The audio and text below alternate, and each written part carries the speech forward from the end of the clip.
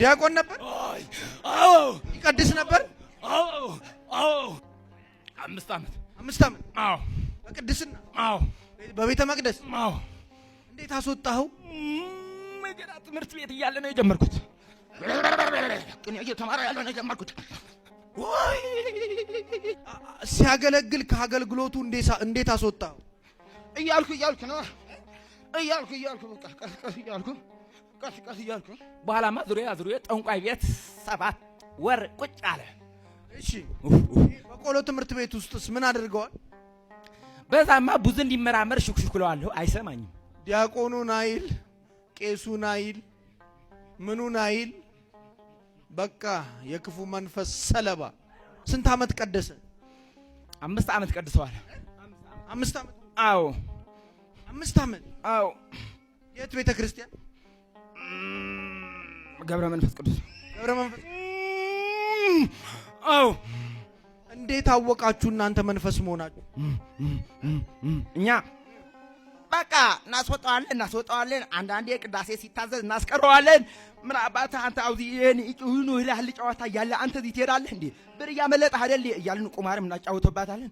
እዚህ ለምን ትቀድሳለህ? ብር ያመልጣል ትሏል። አዎ ቁማር ይበልጣል እያልን እናስቀረዋለን። ቁማር ሲጫወት ያው ምንድነው እኔ ምን ሁኜ ነው እንደዚህ የሚሆነው እያለ ብቻውን ያወራልና እንዴ ምን አባታ አንተ እንደዚህ ትላለህ ባለህ አትደሰትም እንዴ ብለን ስናስደስተው በተወሰነ ደግሞ በቃ በዛ ተመልሶ ድምጻዬ ነበር።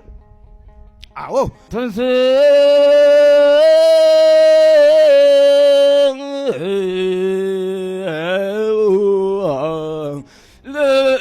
ለጸሎት እየተቃጠልክ ትላለህ። አዎ ቁማር ቤት ወስደዋለሁ። አዝሬ አሁን እንኳን አውድቄው ነበር። ዝቅ አድርጌው በዝሙቱ ማርኬው ነበር። እስከ ድቁና አስወጣኸው? አስወጣኸው? አዎ በዝሙት አስወደቅኩት እኮ እንዴ። ምንድነው? ከዛው አስወደቅከው? አዎ ወደቀ። አሁንም አባቱና እናቱ ነው የወሰዱት ጠንቋይ ቤት።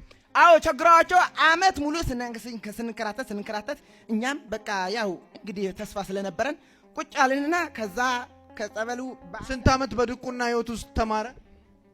ያው ገና በልጅነት ነው የጀመረ ሙሉን። ያው አሁን አስተፍታችሁበታል? ያው በቃ እንዲህ ዝም አላረግነውም። የያዘው እንኮ ብልጥ ነው እኮ ልጅ ብልጥ ነው። ፈቀደ እግዚእ ያግዕዞ ለአዳም ሁዝነ ወትኩዘ ልብ ወያግብኦ ሀበዝትካት መንበሩ። ይኸውላችሁ እንግዲህ መንፈሳዊውንም ሰው ድንዝዝ ያደርጋል። ዲያቆኑን ከመንፈሳዊ ህይወት ያስወጣል። ዲያቆን ነው እንግዲህ 5 ዓመት ቀደሰ። 5 ዓመት አገለገለ። ወይኔ ጉዴ! 5 ዓመት ሙሉ አገለገለ። እኔ የተቃጠልኩ ወይኔ ጉዴ! ሲቀድስ ውስጥ ሆናችሁ ምንድነው የምትሉት ነው? የኔን ጥያቄን መልስ። ምንድነው የምትሉት ውስጥ ሆናችሁ? ምን ያልናለው ነገር አለ? ውጣ ከዚህ ቤተ ክርስቲያን ትሏል። ያው ሲበዛብን አንዳንዴ በቃ ዛሬ አልተመቸኝም ብለህ አንተ ለምንድነው እንደዚህ ሁሌ ትቀድሳለህ እንዴ? ምን ያደርግልሃል እንዴ? ቀን በቀን ዝም ብለህ አንተ ምንድነህ እንዴ? ብቸኛ ነህ እንዴ? አንተ ወንድ አይደለህ እንዴ? ገና ወንድ ላጤ እንዴ? ምን ሆነህ ነው? ፈታ ብለህ አትኖርም እንዴ? ይሁን ቅዳሴ መቸል ትጫወት መቸል ትዝናና ነው እያለ ከቅዳሴው እናስወጣዋለን። ከዛ በኋላ በቃ እንደገና እንዴ ዛሬ ምን ነው ግን እንዲህ ያልኩ እያለ እንደገና እስኪ በቃ ፈታ በል ትሏል። አዎ ሳትዝናና እዚሁ ከቄሶች ጋር ያለቀ ነው የምትለው? አዎ እንዴ ካህናቱ ጋር ታጣላው ነበር?